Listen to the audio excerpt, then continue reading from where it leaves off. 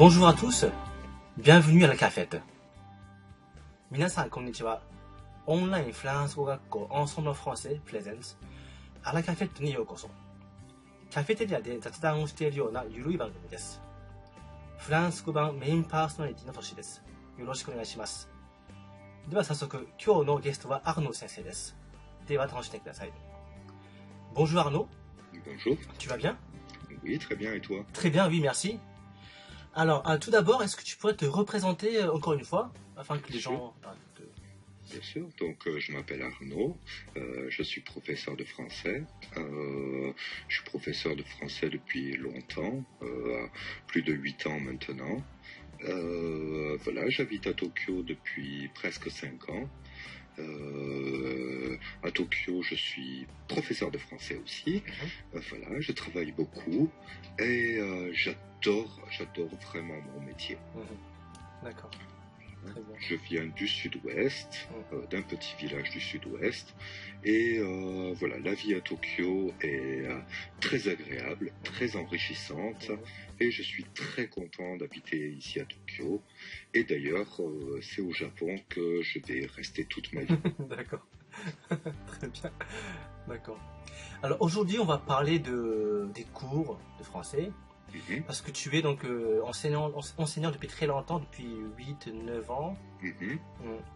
Alors, est-ce que tu as des méthodes en particulier, des choses que tu aimes enseigner Alors, mes spécialités, ça va être l'enseignement du français, oui. Complet. C'est-à-dire que je vais essayer dans mes cours de faire 3 choses. C'est-à-dire la prononciation, prononciation en utilisant voilà, toutes les méthodes pour permettre l'amélioration de la prononciation. La grammaire. Bon, ce que j'appelle grammaire, c'est qui est très large, c'est-à-dire grammaire, syntaxe, conjugaison, etc. Donc tout ce qui est structure de la langue. Et enfin, ce que j'appelle la civilisation. D'accord. C'est ce qui sera l'ensemble des expressions françaises utilisées, suivant les cas.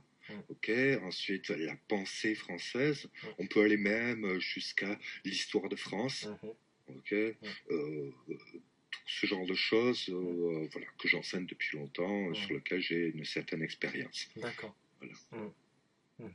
Ensuite, mes cours, ils vont être structurés d'une certaine manière. C'est-à-dire que je ne fais que très très peu de conversation libre.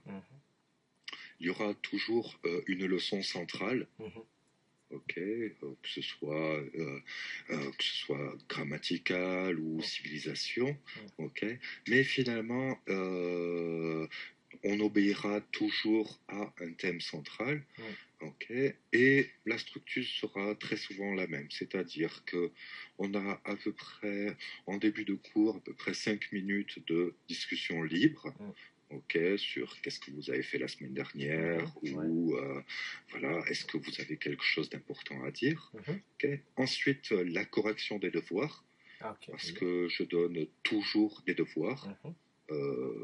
Je donne à peu près entre une demi-heure et 1 heure de devoirs à faire à la maison. D'accord. Ensuite, il y a la leçon en elle-même. Et à la fin de la leçon, un petit débriefing, un petit résumé. Et voilà, et on se dit au revoir jusqu'à la prochaine leçon. D'accord. Voilà. Ensuite, la structure elle-même, c'est-à-dire que pédagogiquement parlant, ce que je vais demander, comment je vais organiser ça, je vais demander aux élèves, en fait, d'essayer avec moi de découvrir une nouvelle règle.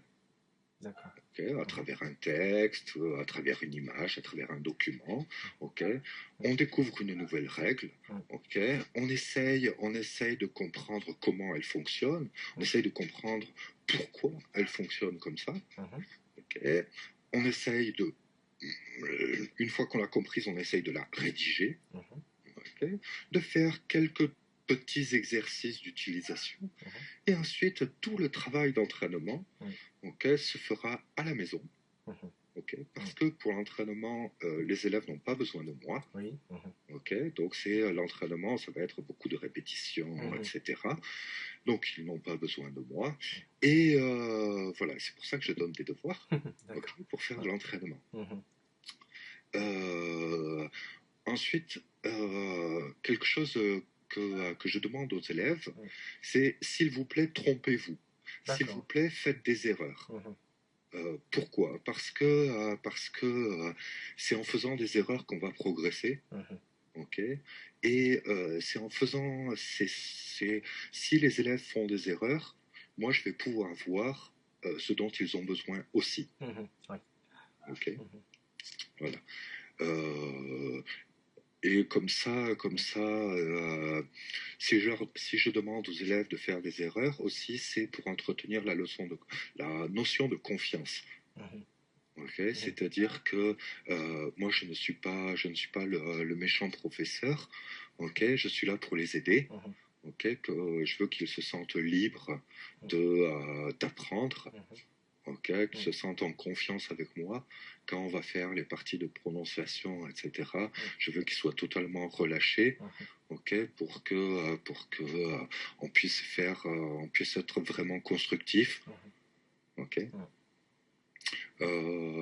Donc voilà, faire des erreurs, c'est très important. D'accord. Très très important. Et par rapport au matériel en fait que tu fournis, c'est plutôt des matériels qui t'appartiennent ou c'est toi qui Alors, les as rédigés je travaille avec les documents d'ensemble en français, bien sûr. D'accord. Ensuite, je travaille beaucoup avec des documents que j'ai fabriqués. Énormément.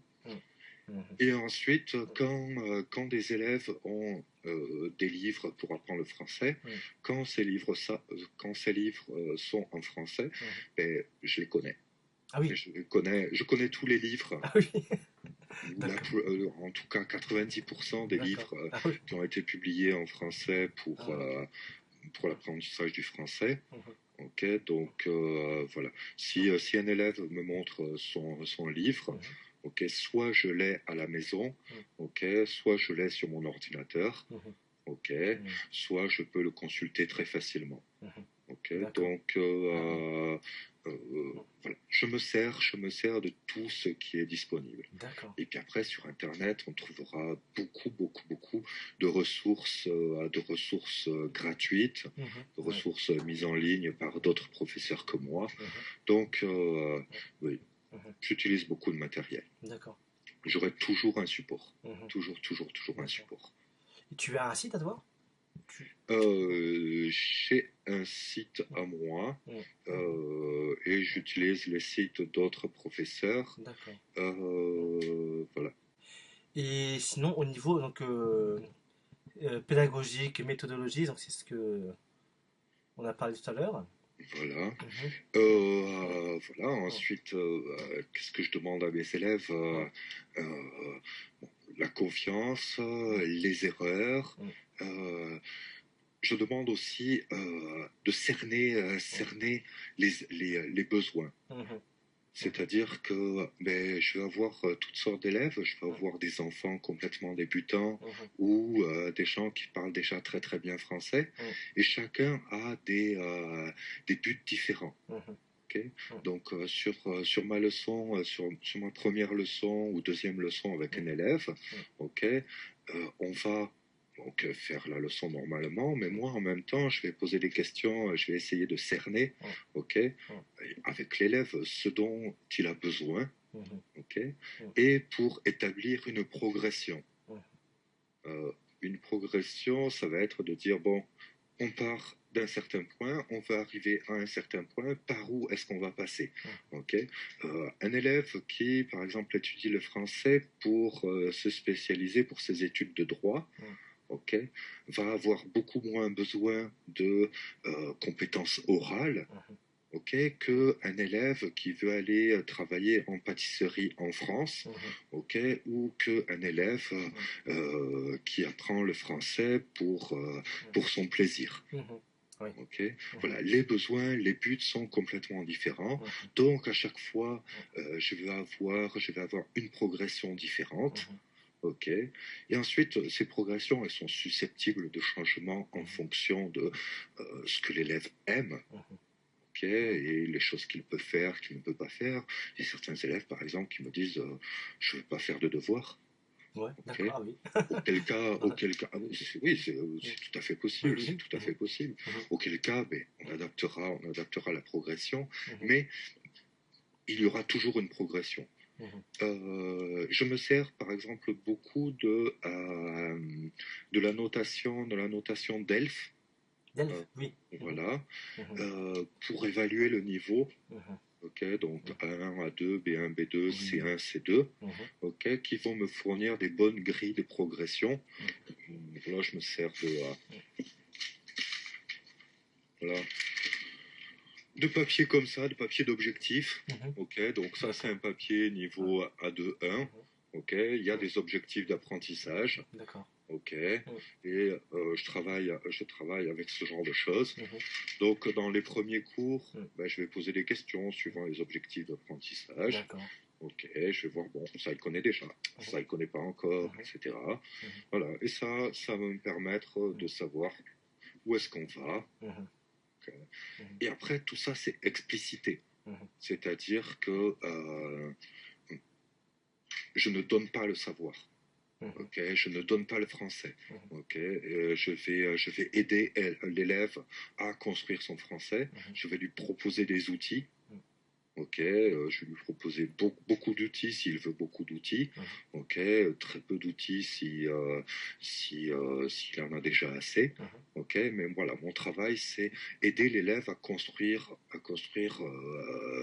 son enseignement. D'accord. D'accord, très bien. C'est pas facile, mais c'est intéressant. Ouais. Ouais. D'accord. Après, mes passions, ça va être la grammaire. Ah oui? Ok, j'adore la grammaire. D'accord. Ok, c'est très compliqué, mais il y a une certaine logique poétique qu'on ne va pas trouver dans les sciences dures comme les mathématiques. Mais la langue, c'est quelque chose de très mouvant. Okay, qui bouge beaucoup. Et la grammaire, c'est essayer de poser une structure sur quelque chose qui bouge beaucoup. Okay, et c'est très intéressant et, comme je disais, poétique. Oui, c'est vrai qu'en français, l'écriture est assez difficile aussi. Les accords, aussi les liaisons qu'il n'y a pas dans toutes les langues. Les liaisons, les enchaînements. C'est ça. Ok, tout ce qui est les enchaînements vocaliques, les liaisons consonatiques, etc. Le rythme, on parlait de prosodie. Ok, et ensuite, le fait est qu'en français, il y a les règles et toujours les exceptions. C'est ça. On dit en français l'exception qui confirme la règle. Ok, et à chaque fois, pour chaque exception, il y a une raison. Et c'est là que réside la poésie grammaticale française. Okay. Je pourrais en parler pendant des heures. Ah oui. Il va falloir que tu m'arrêtes ici. Ça, c'est intéressant, ça m'intéresse aussi. Voilà. Après, la prononciation aussi, ça m'intéresse beaucoup. D'accord. Okay. J'ai passé beaucoup de temps donc à l'UFM pour apprendre les véritables techniques de comment enseigner la prononciation, qui est une science très très spéciale. D'accord. Ok, c'est pas facile et il m'a fallu pendant quelques années l'adapter au Japon. Okay, c'est-à-dire qu'on n'enseigne pas la même prononciation aux Maghrébins et aux Japonais. Ok, les techniques ne sont pas du tout les mêmes. Okay, et puis de toute façon, on n'enseigne pas de la même manière aux enfants et aux adultes, etc. Ok. Et ensuite, ben voilà, comme je lis beaucoup, ok, ben tout ce qui est civilisation comparée, histoire comparée, etc. Ça m'intéresse aussi beaucoup. D'accord. Et qu'est-ce que tu penses en fait de la phonétique pour l'apprentissage des langues? Ben, c'est indispensable. D'accord. C'est indispensable, mais elle ne doit pas être traitée de façon séparée. C'est-à-dire que pour moi, c'est une hérésie, ok, de faire 1 heure de phonétique, par exemple. Ok, la phonétique, ça doit être quelque chose qui doit être intégré à la grammaire. Ok, qui doit être de toute façon, sur mes 3 axes de cours, ce sont des choses qui sont toujours mélangées, ok, qui sont mélangées de la façon la plus intelligente possible, ok, oui, pas la plus intelligente parce que je suis pas le professeur parfait, hein, okay. Mais voilà, j'essaye de faire de mon mieux. Les cours de prononciation, les cours de phonétique sont indispensables, ok, mais voilà, il faut les intégrer à l'enseignement normal. Ok. Un bon exemple quand on travaille sur la relation passé composé imparfait. Ok.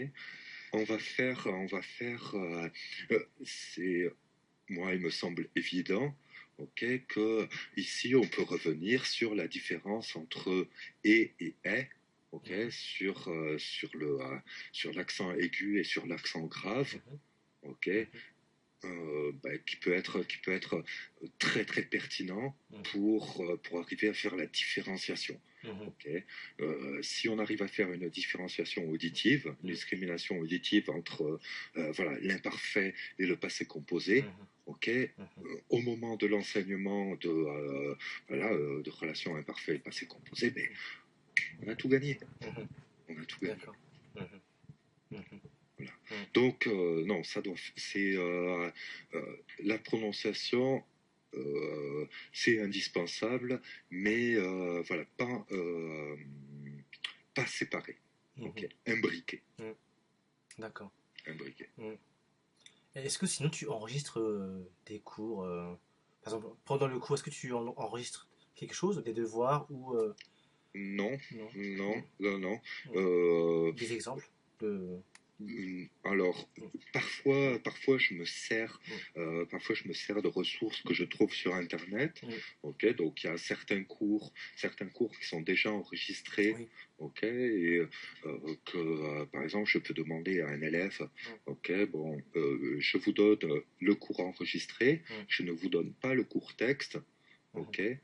Je ne vous donne pas la version texte du cours et je vous demande de répondre à certaines questions de compréhension. Okay, donc l'élève devra écouter et pourra écouter autant de fois qu'il veut, ok, à la maison, et c'est comme ça essayer de répondre à des questions lui-même ou de faire des autodictées. Ok. Voilà. Pour ça, ils n'ont pas vraiment besoin de moi. Ok, je leur donne le matériel. Derrière, je serai là pour corriger, pour expliquer leurs erreurs, etc. Ok, mais voilà. Très bien. Est-ce que tu as quelques mots pour finir? Oui. Voilà. Donc, faire ce métier, faire ce travail de professeur, c'est ma vie, c'est ma passion. Ok, c'est quelque chose que j'adore. Voilà, je serais très content de travailler avec vous. Ok, voilà. D'accord, très bien. Merci beaucoup Arnaud. Merci beaucoup. Et puis à très bientôt. À très bientôt. Et sur Tokyo aussi. Oui, voilà. Oui. Voilà. Très bien, je finis donc l'interview, l'émission par ces quelques mots en japonais. D'accord. さて、アルノ先生とのインタビューはバッチリわかりましたか？アラカフェットを運営しているオンラインフランス語学校アンソンブルフランセでは、フランス語を24時間自宅で1回1500円からプロの講師に学べる学校です。あなたのペースに合わせて行われるマンツーマンによるレッスンです。無料体験レッスンも随時可能となっております。フランスで叶えるあなたの夢、応援しています。それでは、à bientôt. Au revoir.